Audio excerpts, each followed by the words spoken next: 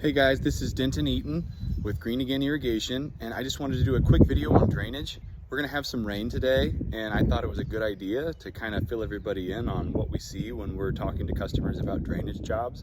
Some of the biggest complaints that I have on a regular basis is the most obvious ones, like we get water in our basement.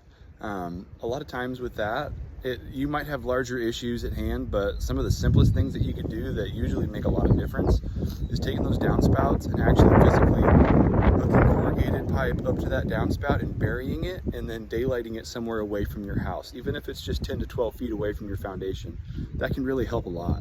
Kind of moving on to some of the more like basic drainage issues that we see. Again, these are just complaints we see from customers. One of the simple ones is if you have a spot in your yard that stays wet all the time because maybe your sump pump drains there, your downspouts in there, maybe you have a swale in your backyard where all the backyards on your side of the street drain through one area. That's pretty common. Wet areas on the north side of your house or between you and your neighbor's house, if you maybe only have 15-20 feet between your houses, not a lot of sun, and you're both watering your lawns, a lot of times that water gathers right at that property line. Those are probably the most common wet areas in yards that we hear about.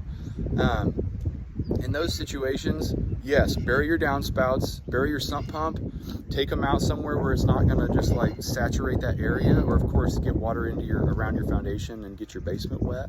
But also French drains. French drains are an amazing solution, especially in low areas between yards where all the water from your sprinklers gather in one spot.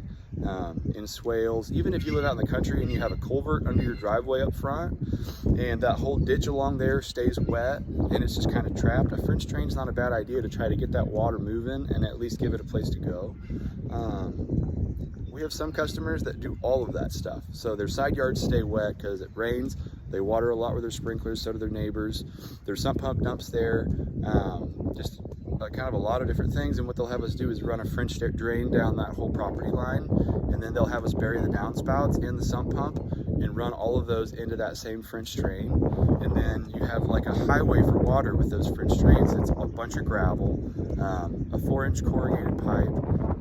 That can move a ton of water. Water wants to take the path of least resistance. And when you give it a bunch of gravel, which is something that we care a lot about, is making sure our customers, when they get a French drain, you get a lot of gravel, because that's like making your pipe, instead of a 4-inch pipe, you're really getting more like a 16 to 18-inch wide, 10 to 12-inch deep pipe that's going to move water from downspout, sump pump, surface water, from catch basins, all kinds of stuff. It's going to move that water and get it away from your house.